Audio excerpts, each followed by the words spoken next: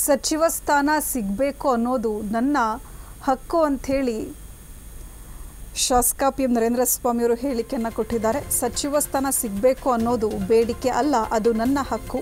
ಕಾಂಗ್ರೆಸ್ನಲ್ಲಿ senior leader ಇದ್ದೇನೆ, ಹಕ್ಕು ಇಲ್ವಾ?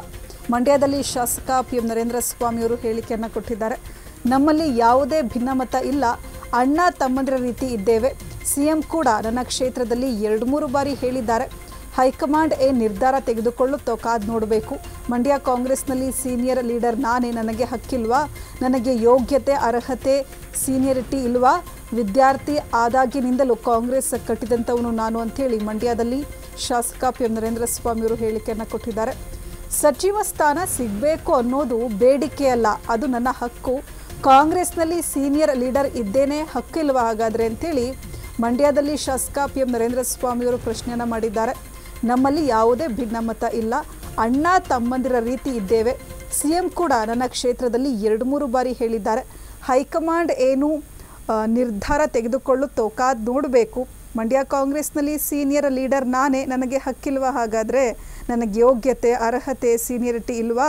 ವಿದ್ಯಾರ್ಥಿ ಆದಾಗಿನಿಂದಲೂ ಕೂಡ ಕಾಂಗ್ರೆಸ್ ಕಟ್ಟಿದಂಥವನು ನಾನು ಅಂಥೇಳಿ ಮಂಡ್ಯದಲ್ಲಿ ಶಾಸಕ ಪಿ ಎಂ ನರೇಂದ್ರ ಸ್ವಾಮಿ ಅವರು ಹೇಳಿಕೆಯನ್ನು ಕೊಟ್ಟಿದ್ದಾರೆ.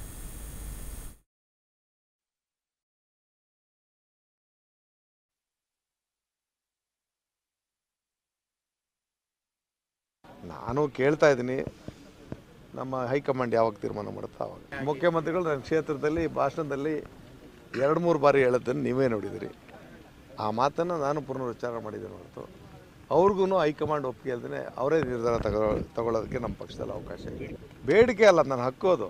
I am the senior most in the Mandya. ಇವತ್ತಿನ ಮಟ್ಟಿಗೆ ನೀವು ಹೇಳಿ, ಯಾರು ಸೀನಿಯರ್ ಕಾಂಗ್ರೆಸ್ಸಲ್ಲಿ?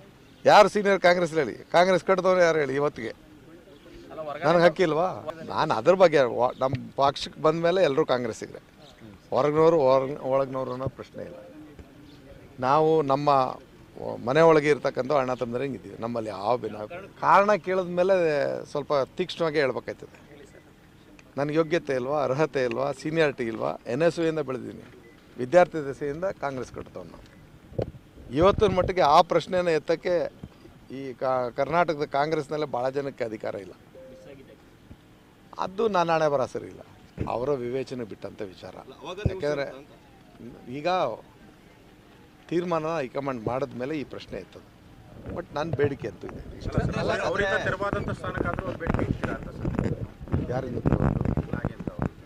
ಈಗ ನಮ್ಮ ಪಕ್ಷದಲ್ಲಿ ಒಂದು ರೀಶಫಲ್ ಅನ್ನೋದು ಯಾವಾಗ ನಡೀತದೋ ಆವಾಗ ಈ ಪ್ರಕ್ರಿಯೆ ಎಲ್ಲ ಪ್ರಾರಂಭ ಆಗೋದು. ಇನ್ನೂ ಆ ತೀರ್ಮಾನ ಆಗಿಲ್ಲ. ಮಹಾರಾಷ್ಟ್ರ ಚುನಾವಣೆ ಆಗಬೇಕು, ಜಾರ್ಖಂಡ್ ಚುನಾವಣೆ ನಡೀತದೆ. ಇವೆಲ್ಲ ಚುನಾವಣೆ ಮುಗಿದ ಮೇಲೆ ನಮ್ಮ ಹೈಕಮಾಂಡ್ ಕುಳಿತು ಏನು ತೀರ್ಮಾನ ಮಾಡುತ್ತೋ, ಮುಖ್ಯಮಂತ್ರಿಗಳಿಗೆ ಯಾವ ರೀತಿ ಸ್ವಾತಂತ್ರ್ಯ ನೀಡ್ತಾರೋ, ಅದರ ನಂತರ ತೀರ್ಮಾನ ಮಾಡ್ತಕ್ಕಂಥ ವಿಚಾರ. ಈಗ ನಾವು ಊಹಾತ್ಮಕವಾಗಿ ನಾನು ಉತ್ತರ ಕೊಡಬೇಕಾಗತ್ತೆ.